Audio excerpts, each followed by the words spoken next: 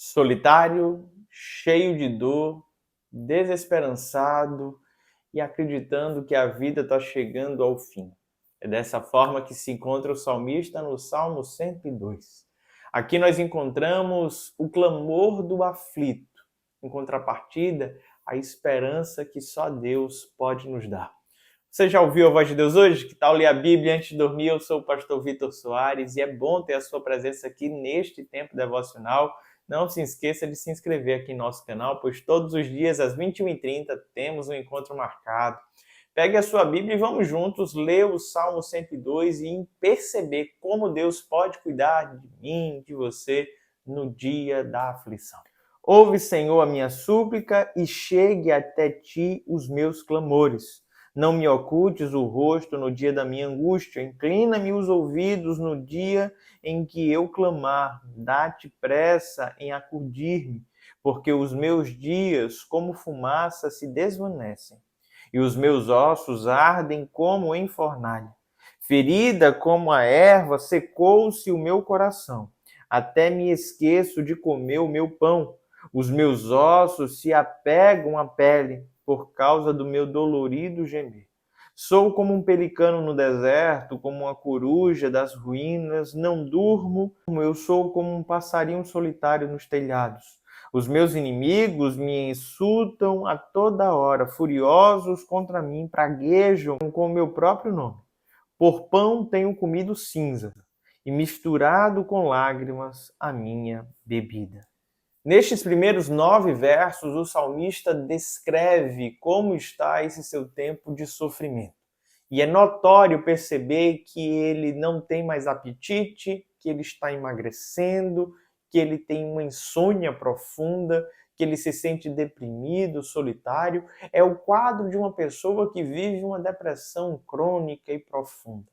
A sensação de morte, a ideação de morte ronda a sua alma, e mais à frente nós vamos perceber que ele ainda era jovem, se considerava na metade dos seus dias. O salmista se achega a Deus pedindo então para que ele possa ouvir a sua súplica, para que ele possa perceber a sua dor e que ele se apresse em lhe socorrer. Este é o clamor de alguém que está desesperado. Mas quantas vezes nas Sagradas Escrituras nós não encontramos essas mesmas afirmações? Sabe, isso era extremamente comum. Clamar pedindo para que Deus pudesse socorrer, para que ele pudesse ouvir, para que ele pudesse agir de forma acelerada, mais rápida. E eu tenho certeza que essa oração não se perdeu no Antigo Testamento. Ainda hoje, muitas pessoas se encontram acamadas, vivendo quadros depressivos severos, precisando de uma intervenção do Senhor, de um cuidado. Quais são os alertas que esses primeiros 9 versos nos trazem? Sabe, quando nós estamos passando por um momento como esse, existem 3 coisas que são fundamentais para nossa melhora. Elas são símbolos do quadro que estamos passando. A primeira delas é o nosso apetite. Sabe, meus amados irmãos, eu sei que quando a gente vive dramas emocionais, é muito difícil ter apetite, ter vontade de comer. Existem dores tão profundas em nossa alma. Aqueles que já passaram por crises de ansiedade sabem o enjoo, o embrulho que passa aqui dentro no nosso estômago e a dificuldade que é fazer refeições que outrora nós amávamos. Sabe, esse texto vai nos falar também sobre a dificuldade que é se relacionar. Ele se percebia sempre sozinho, sempre solitário. Nós não entendemos se por uma opção dele ou o enredo da vida o colocou nesta posição. O fato é que ele se comparava a aves dos céus que vivem solitárias. A terceira coisa tão importante em nossa jornada é o sono, sabe? Eu creio que o sono é terapêutico. Deus se manifesta no meio do nosso sono. Não apenas para falar ao nosso coração, mas para nos guardar. Se tem algo que Deus criou que é de extrema importância para a vida do ser humano, é a capacidade de recompor as suas energias enquanto dorme. Já parou para pensar que enquanto nós dormimos, tem um Deus nos céus glorioso que cuida de nós, que vela por nós? Ele dá o sono a quem ama, é o que vai nos dizer o Salmo 127. Sabe, meus irmãos, eu entendo que é muito difícil, quando estamos passando por esses dramas, exercer essas três coisas que são tão triviais.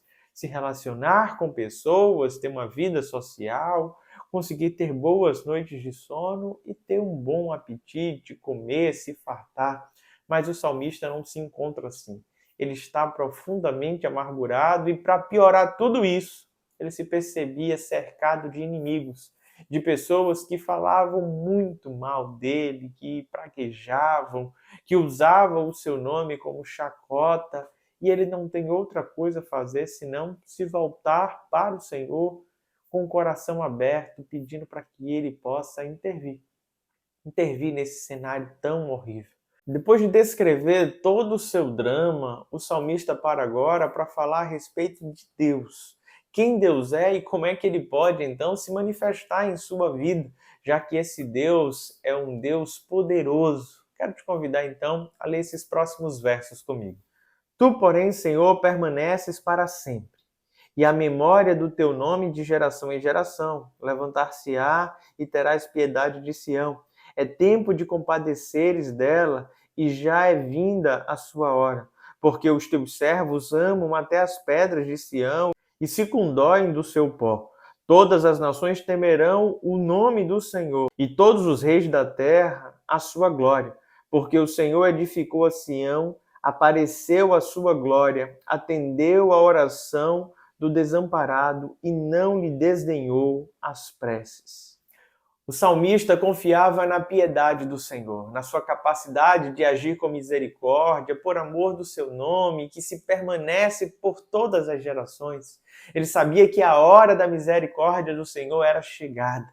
E ele chega a dizer que aquelas pessoas amavam a promessa do Senhor, a terra prometida, amavam Sião, eles estavam se condoendo por todas as dificuldades vivenciadas ali naquele ambiente. E agora o salmista se volta para o Senhor numa convicção de que esse Deus tem poder para mudar essa história e fazer com que o seu nome seja mais uma vez engrandecido, que todas as pessoas à sua volta, nações e reinos, possam dar glórias ao Senhor. Sabe, eu não sei o que nos leva exatamente a um quadro de humor deprimido, porque são tantas as variáveis, são tantas coisas que podem mexer com o nosso psicológico, com o nosso emocional e nos levar a um quadro de depressão profunda. Mas eu tenho uma convicção. Eu sei de um Deus que é a solução, que é poderoso para nos dar de volta o apetite, para nos dar de volta o vigor, a força e trazer alegria ao coração mais amargurado que existe. Se por um lado o salmista não conseguia comer e trocou os seus pães simplesmente por esse ambiente de cinza, de lamentação, de jejum, se a bebida dele agora era misturada em suas lágrimas, eu creio num Deus que pode plenamente montar um banquete, nos fazer então nos saciarmos com as suas maravilhas. Eu creio num Deus que pode transformar por completo o choro em alegria, o pranto em festa. Esse é o nosso Deus, que ouve a nossa oração, atende o nosso clamor e se apressa em nos socorrer. Por isso, não hesite em clamar ao Senhor, independente das circunstâncias. Por mais que você esteja deprimido, entristecido, sem forças, clame. Clame em meio à aflição, pois tem um Deus que nos dá esperança e pode mudar tudo à nossa volta. Na reta final desse salmo, o salmista apela para a eternidade do Senhor.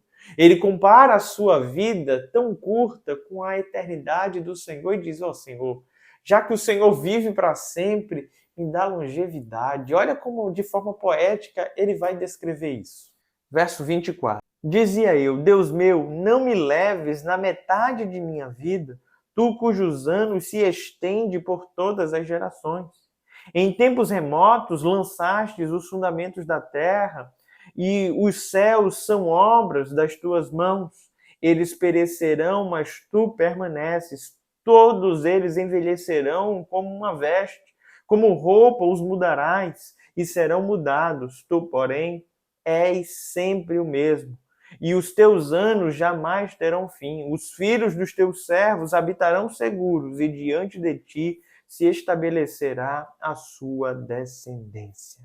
O salmista clama ao Senhor dizendo: Senhor, não me leve na metade dos meus anos, logo o Senhor que vive para sempre. Ele está dizendo: como é que pode o autor da vida, o Deus eterno, interromper a minha jornada, interromper os meus dias? Ele pede ao Senhor, então, longevidade.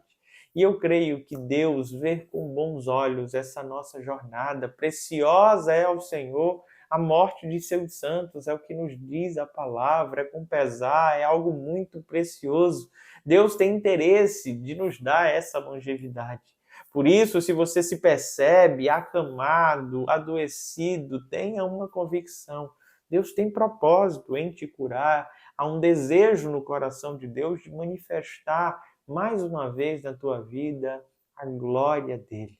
Eu queria nesse momento orar por todos aqueles que estão enfermos e te convido a orar junto comigo. Pai bondoso e querido, intercedemos nessa hora por todos aqueles que estão com a alma amargurada, que se sentem solitários, dominados pela insônia, a fadiga, ó Deus, aqueles que não têm mais apetite, aqueles, ó Deus, que vivem enlutados, aqueles que estão acamados, aqueles que nesta hora só têm uma esperança, o Senhor. Obrigado, Pai, pois o Senhor não é nossa última esperança, o Senhor é a nossa única. E o Senhor não falha, o Senhor não falta. Confiamos na Tua piedade, confiamos na Tua misericórdia. Vem nesta hora e restabelece o vigor do Teu povo. Nos traz, ó Deus, boas noites de sono. Nos traz de volta o apetite, nos faz enxergar a vida com alegria. Transforma nessa hora, em nome de Jesus, ó Pai, todos os corações que passam por ansiedade, depressão, num momento, Pai, de contentamento, de felicidade, de alegria, que eles voltem a sorrir para a glória do Senhor. É no nome de Jesus que clamamos a Ti por saúde, Pai. E assim te oramos. Amém e amém. Deus te abençoe, meu amado irmão e irmã. Se você está passando por um tempo de aflição, não hesite em clamar, pois Deus pode transformar por completo a tua história. Até amanhã, às 21h30.